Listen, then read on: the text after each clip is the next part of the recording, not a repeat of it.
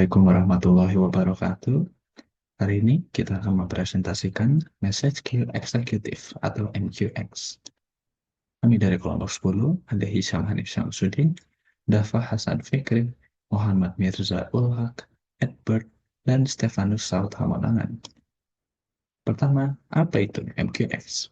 MQX RTOS atau Message Queue Executive Real-Time Operating System adalah sistem operasi waktu nyata yang dikembangkan oleh NXP. NXP adalah perusahaan teknologi asal Belanda yang bergerak di bidang desain dan manufaktur semikonduktor. MQX RTOS dirancang untuk sistem embedded dengan kebutuhan deterministik dan efisiensi tinggi. Kita dapat melihat contoh aplikasi MXQ pada sistem navigasi di bidang penerbangan, kebutuhan industri, atau Internet of Things. Oke, jadi saya akan membahas tentang karakteristik MQX. Yang pertama itu ada arsitekturnya, microkernel, scheduling, dan juga optimasi. Arsitekturnya itu memiliki komponen inti seperti scheduling, memori, dan IPC, dan dipisah dari modul opsional. Lalu untuk schedulingnya menggunakan kebijakan FIFO, first in first out, round robin, dan juga task queues. Untuk optimasinya sendiri, bootnya itu cepat, interrupt handlingnya efisien, dan driver terintegrasi untuk perangkat NXP.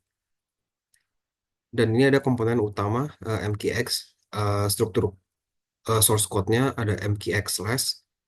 Ini untuk kernel dan contoh aplikasi, MCC, library komunikasi multicore, dan konfigurasi file untuk board spesifik. Lalu ini ada fitur kuncinya, MCC, protokol pertukaran pesan antar core, melalui shared memory dan interrupt, dan juga event management, sinkronasi task dengan event. Selanjutnya ada keunggulan MTX dalam real-time system. Terdapat tiga keunggulan. Yang pertama, deterministik atau latensi rendah untuk task kritikal, yang artinya MTX memiliki latensi yang dapat diprediksi sehingga cocok untuk tugas-tugas kritikal seperti membaca sensor atau mengontrol aktuator dalam real-time system. Yang kedua, integrasi hardware.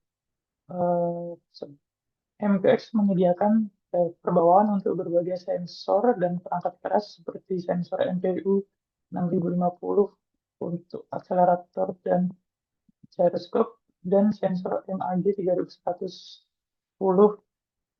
Kemudian keunggulan yang ketiga adalah skalabilitas atau komponen opsional yang bisa di-link sesuai dengan kebutuhan aplikasi. Yang artinya sistem hanya menautkan komponen yang diperlukan sehingga menghemat memori dan sumber daya yang sangat penting untuk perangkat dengan keterbatasan RAM atau ROM. Oke, selanjutnya adalah contoh aplikasi MQX. MQX itu bisa digunakan di dalam drone navigation system. Jadi, studi kasusnya seperti ini. Jadi, ada dalam suatu drone, ada dua, yaitu ada uh, satu embedded system yang menggunakan MQX dan uh, ada Linux gitu. Jadi ada Cortex, di sini Cortex M4 ya, MQX-nya itu akan membaca data sensor. Data sensornya itu bisa gyro, accelerometer, dan magnetometer yang biasanya ada di drone ya, via I2C. Lalu menjalankan algoritma fusi sensor untuk kalkulasi orientasi drone. Jadi itu istilahnya MQX-nya itu untuk membaca data sensor. Lalu di studi kasus ini ada Linux-nya yaitu di Cortex A9 sebagai visualisasi data dan high level control. Jadi eh, kontrol yang lebih ya kalau misalkan memerlukan mini PC yang salah satunya yaitu Linux di sini. Oke, lalu bagaimana sih komunikasiin dari embedded system-nya ke Linux-nya itu? Jadi itu menggunakan MCC. Jadi MCC ini mengirim Quaternion itu orientasi drone-nya dari M4 nih MQX-nya ke A9 yaitu Linux-nya. Contohnya itu adalah endpoint ya. Di sini ada komunikasinya itu 001 eh, yang akan dikirim ke A9 dan 102 ke M4 itu MQX itu.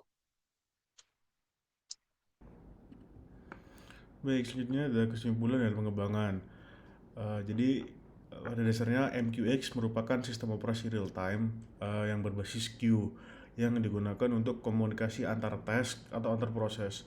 Dengan keunggulan yang dimiliki MQX ini sangat cocok untuk aplikasi otomasi industri, IoT, robotics, dan sistem real time lainnya.